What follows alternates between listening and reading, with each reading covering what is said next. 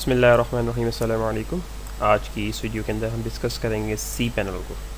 जैसा कि कल हम लोगों ने जो है वो डोमेन और होस्टिंग ख़रीदने के बाद जो हमारे पास सी पैनल की इन्फॉर्मेशन आई थी, आज उस इन्फॉर्मेशन को हम लोग ओपन करेंगे और देखते हैं कि सी पैनल जो है वो क्या है और किस तरीके से काम करता है। तो मैंने अपने यूज़र नेम और पासवर्ड एंटर कर दिया एंड देन मैं यहाँ पे लॉगिन करता हूँ। लॉगिन करने के बाद मेरा यहाँ पे जो है वो सी पैनल ओपन हो गया। ठीक है, सी पैनल और कंट्रोल पैनल जो है ये मेरा ओपन हो गया। सी पैनल और कंट्रोल पैनल के अंदर जो आपका सी पैनल के अंदर ये कुछ आपके ऑप्शन होते हैं, यहाँ पे ये किस तरीके से काम करते हैं इनको थोड़ा सा देख लेते हैं। ठीक है, हमारा काम से इतना पता नहीं, लेकिन हमें थोड़ा सा इन्फॉर्मेशन के लिए पता होना चाहिए कि क्या क्या चीज़ें कैसे कैसे काम करती हैं। तो सबसे पहले जो चीज़ आप यहाँ पे देख रहे हैं फाइल्स, ये फाइल्स का जो ऑप्शन है बेसिकली इससे क्या होता है कि आप जितना भी काम अपनी वेबसाइट के ऊपर करेंगे, किसी भी जो है वो CMS पे काम करते हैं, किसी प्लेटफॉर्म पे काम करते हैं, तो उसके अंदर आप जब भी कोई फाइल ऐड करेंगे, कोई भी लैंग्वेज CSS HTML PHP कुछ भी किसी भी लैंग्वेज पे काम करते हैं, और जो भी डेटा आप बनाते हैं, पिक्चर्स लगाते हैं, टेबल्स लगाते हैं, कुछ भी आप काम करते हैं, तो वो सारा जो है वो यहाँ आके आपके फाइल्स में सेव हो जाता है। कहाँ पे? फाइल मैनेजर के अंदर। ठीक है, इमेजेस हो जाएंगी, डिस्क हो जाएगा, बैकअप बन जाता है, यहाँ पे डेटा यूज़ कर सकते हैं हम। तो सारी चीज़ें जो हैं यहाँ पे आपकी इन्फॉर्मेशन जो होगी सारी वो यहाँ पे आपके पास यहाँ पे शो हो जाएगी आपकी वेबसाइट पे काम करने के बाद। ठीक है, इसके बाद जो हमारे पास दूसरा ऑप्शन है वो है डेटाबेस का। डेटाबेस जो होता है बेसिकली क्या होता है कि आपकी जो वेबसाइट हम बना रहे हैं, हम लोग क्या करेंगे कि हम लोग सी पैनल से डायरेक्ट जो है वर्डप्रेस इंस्टॉल कर लेंगे, तो वर्डप्रेस खुद ब खुद अपना डेटाबेस यहाँ पे बना लेगा। ठीक है, तो मुझे जो है वो डेटाबेस यहाँ पे क्रिएट करने की ज़रूरत नहीं पड़ेगी, ना मुझे डेटाबेस क्रिएट करना पड़ेगा, ना सर्वर बनाना पड़ेगा, और ना ही जो है वो HTML वर्डप्रेस को जो है वो इन सब चीज़ों से सिंक्रोनाइज़ करना पड़ेगा। बल्कि हम क्या करेंगे, डायरेक्ट सॉफ्टवेयर से इंस्टॉल करेंगे, तो हमारे पास सारी चीज़ें खुद ब खुद बन जाएंगी और हमारा टाइम भी बहुत बचेगा और काम भी हमें कम करना पड़ता है। तो यहाँ पे हम जो है वो अपना सर्वर बना लेते हैं और हमारा जो वर्डप्रेस है वो खुद ब खुद सर्वर बना लेगा। और अगर आप अलग से सर्वर बनाना चाहते हैं तो PHP माई एडमिन से आप अलग से एक और सर्वर बना सकते हैं, जिसकी फ़िलहाल हमें ज़रूरत नहीं है। इसके बाद SEO एंड मार्केटिंग टूल्स की बात करते हैं, तो SEO आपको पता है, सर्च इंजन ऑप्टिमाइजेशन है। यहाँ पे कुछ टूल्स जो है आपको फ्री मिलते हैं और कुछ आपको ख़रीदने पड़ते हैं, जिसकी वजह से जो है आप अपनी वेबसाइट को जो है वो SEO करने में मदद कर सकते हैं। तो यहाँ से जो है अगर आपको SEO करनी होगी वेबसाइट, तो आप यहाँ पे लिंक करेंगे। SEO का एक अलग चैप्टर है, वो डिस्कशन जो है वो बाद में होगी। इसके बाद यहाँ पे आते हैं डोमेन्स। अब डोमेन्स जैसे आपको पता है कि आपने अभी डोमेन ख़रीदा, आपकी कंपनी का एक नाम होता है, आपकी वेबसाइट का URL होता है डोमेन। तो डोमेन्स के अंदर यहाँ पे ये डोमेन की सेटिंग्स आ रही होती है कुछ। अब सब डोमेन भी आप यहाँ से बना सकते हैं। सब डोमेन होते हैं जैसे एक वेबसाइट के 2 डोमेन, जैसे आपने देखा होगा facebook.com और fb.com, दोनों से जो है वो फेसबुक ही खुलती है। तो बेसिकली क्या होता है कि सब डोमेन आप बना लेते हैं, तो सब डोमेन जो है वो शो हो जाते हैं। तो ये सब डोमेन यहाँ से क्रिएट हो जाते हैं। किस तरह सब डोमेन देखेंगे इसको भी आगे डिस्कस करेंगे। सब डोमेन्स के बाद हमारे पास जो ऑप्शन है अगला, वो मेन्यू है हमारे पास ईमेल का। ईमेल का क्या होता है यहाँ पे कि यहाँ हमारे पास ईमेल, जैसा कि आपने देखा जब हमने डोमेन ख़रीदा था तो वहाँ पे हमारे पास 100 ईमेल्स का ऑप्शन जो है वो वैलिड था। ठीक है, ईमेल अकाउंट जो है वो 100 क्रिएट कर सकते थे।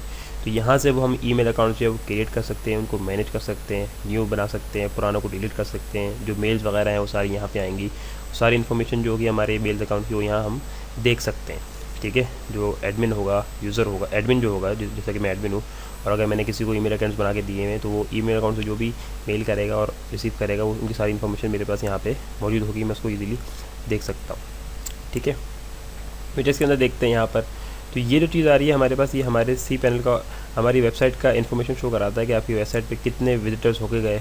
ठीक है, बैंडविड्थ कितनी शो हो रही है, और जैसे एरर हो जाएगा, किसी ने आपकी वेबसाइट खोली है उसके बाद नहीं खोली, कोई एरर आ रहा है, तो एरर भी आपके पास यहाँ पे हो जाएगा कि इस बंदे ने फला IP से जो है वो क्या कहते हैं कि आपकी URL उसने लिंक किया लेकिन उसको खोला नहीं, उसको ये ऑप्शन आ रहा है और ये मसला आ रहा है। तो अगर आपकी तरफ से वो मसला होगा तो आप उसको मसले को दूर करने की कोशिश करें। आपकी तरफ से नहीं है उसका मसला है तो वो खुद हल कर लेगा। तो इस तरीके से ये चीज़ें यहाँ पे हमारे पास सी पैनल में हमारे पास सारी शो हो रही होती हैं। अब ये आते हैं कुछ सिक्योरिटी पॉइंट ऑफ व्यूज़ हैं यहाँ पे हमारे पास, जो हमारी वेबसाइट से लिंक करते हैं। ठीक है, ये इसके अंदर भी जो है वो आप ख़ुद से भी इस्तेमाल कर सकते हैं, और आपको यहाँ पे कुछ फ्री भी होते हैं और आपको कुछ ख़रीदने भी पड़ते हैं। जैसा कि अगर आप चाहते हैं कोई यूज़र है आपका और वो यूज़र जो है आपकी वेबसाइट ना देखे, ठीक है, तो आपने क्या कर दिया, उसकी IP ब्लॉक कर दी। IP ब्लॉकर है, यहाँ पे IP ब्लॉक कर सकते हैं, पासवर्ड चेंज कर सकते हैं, और बहुत सारी ऐसी चीज़ें जो हमारे लिए ज़रूरत की होती है हम आप यहाँ पे इस्तेमाल करते हैं। इसके बाद हम देखते हैं तो हमारे पास सॉफ्टवेयर का एक ऑप्शन है। सॉफ्टवेयर के ऑप्शन के अंदर हमारे पास ये सारे सॉफ्टवेयर है जिसकी वजह से हम वेबसाइट क्रिएट कर सकते हैं। ठीक है, क्लाउड फ्रेम आ रहा है, PHP फेयर पैकेज आ रहा है, ऑप्टिमाइज वेबसाइट, और बहुत सारे इस तरह के हमारे पास ऑप्शन हैं जिनकी वजह से हम जो है वो अपनी सेटिंग्स डाल सकते हैं और सॉफ्टवेयर इंस्टॉल कर सकते हैं। फिर ये हमारे पास एक एडवांस का ऑप्शन है, एडवांस टूल्स हैं इसी के ये। फिर ये प्रेफरेंसेस की बात करते हैं तो यहाँ पर ये जो प्रेफरेंसेस हैं हमारे सी पैनल के हैं कि सी पैनल के सिक्योरिटी पासवर्ड क्या हो। सी पैनल अगर आपकी ज़बान इंग्लिश नहीं समझ आती, आप कोई और ज़बान समझते हैं तो आप लैंग्वेज चेंज कर लें। स्टाइल सी पैनल का चेंज कर सकते हैं, ठीक है। यूज़र मैनेजर है आपके पास, कॉन्टैक्ट इन्फॉर्मेशन, ये आपकी सारी इन्फॉर्मेशन यहाँ पे सी पैनल की इन्फॉर्मेशन है। इसके अलावा यहाँ पे हमारे सॉफ्टवेयर आ गए सारे कि किस सॉफ्टवेयर के ऊपर आप वेबसाइट बनाना चाहते हैं वो सारे यहाँ पे मौजूद होते हैं। यहाँ से भी हम इसको इंस्टॉल कर सकते हैं और हम इसको अलग से भी इंस्टॉल कर सकते हैं। सॉफ्ट एक्यूएल की ऐप इंस्टॉलर की मदद से आप यहाँ से इसको इंस्टॉल कर सकते हैं। तो ये किसी जो है वो सी पैनल में शो हो रहे होते हैं। जितने भी नए सी पैनल्स हैं उनके अंदर ये आते हैं। पुराने सी में ये ऑप्शन नहीं आते। तो पुराने सी अगर आपके पास इस्तेमाल हो रहा हो, आप कर रहे हो, तो आप कैसे इंस्टॉल करेंगे। तो आपको अगर आपके ये शो नहीं हो रहा तो कोई मसला नहीं है, आप यहाँ पे आपके पास ये आ रहा होता है सॉफ्ट एक्यूएल ऐप इंस्टॉलर। इसके ऊपर आप क्लिक करके यहाँ से वर्डप्रेस इंस्टॉल करेंगे, ठीक है।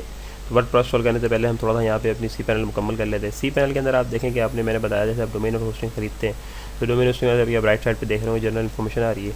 करंट यूज़र जो है वो ये fastsolc, ठीक है। प्राइमरी डोमेन जो है ये fastsolc.com.की है, ये प्राइमरी डोमेन होगा। सब डोमेन अगर बने होंगे तो वो भी हम शो होंगे। होम डायरेक्टरी ये है।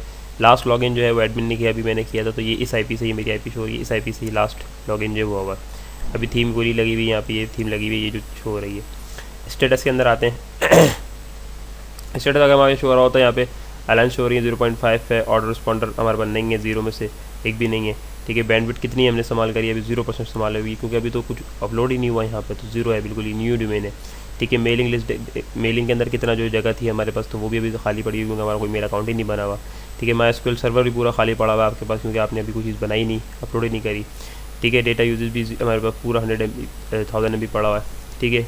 ईमेल अकाउंट जो है वो 100 पड़े हुए हैं पूरे, एक भी नहीं बना हुआ, ठीक है। ईमेल फिल्टर कितनी हुई, फॉरवर्ड कितनी हुई, आए कितनी गई कितनी, सारी इन्फॉर्मेशन यहाँ शो होगी आपके पास, ठीक है। FTP अकाउंट्स कितने 0 10 बना सकते हैं, 0 है, ठीक है। CPU से जो है वो 100 कर सकते हैं आप, और 0 है यहाँ पे। तो ये सारी इन्फॉर्मेशन आपके पास यहाँ पे शो हो रही होती है। एंट्री प्रोसेस शो हो रही है 20 कर सकते हैं, फिजिकल आ गई, नंबर ऑफ प्रोसेस आएगा SQL। और यहाँ पे एक और चीज़ इंपॉर्टेंट आखिर में देखेंगे, ये सब डोमेन्स आपके पास यहाँ पे दिए हुए हैं। आप 10 सब डोमेन अपनी वेबसाइट के बना सकते हैं, ठीक है। ज़रूरत वैसे नहीं पड़ती, लेकिन अगर कुछ चाहो तो आप बना लो। 10 सब डोमेन की आपके पास जगह, जैसे मैंने आपको दिखाया था ना डोमेन्स के अंदर, ये रहा सब डोमेन आप क्रिएट कर सकते हैं। तो आपके पास यहाँ पे आ जाएगा कि नंबर ऑफ डोमेन्स जो है उन्होंने इतने बना लिए, तो आपके पास यहाँ पे 10 हैं। अभी जो 1700 रुपये वाला पैकेज ख़रीदा है हमने, 1700 रुपये वाले इस पैकेज के अंदर इतनी सारी चीज़ें हैं, तो जितने ज़्यादा आप पैसे जो है इसके ऊपर खर्च करेंगे उतने ज़्यादा आपकी चीज़ें यहाँ पे बढ़ती रहेंगी। तो मेरे ख्याल से ये इन्फॉर्मेशन जो यहाँ पे शो हो रही है बहुत होती है, जो मेरे पास जगह है। हाँ, अगर आपकी रिक्वायरमेंट ज़्यादा है और आपकी जो है वो वेबसाइट पे जगह आपको ज़्यादा चाहिए तो आप उसको अपग्रेड कर लें, इसमें कोई इतना इशू नहीं है।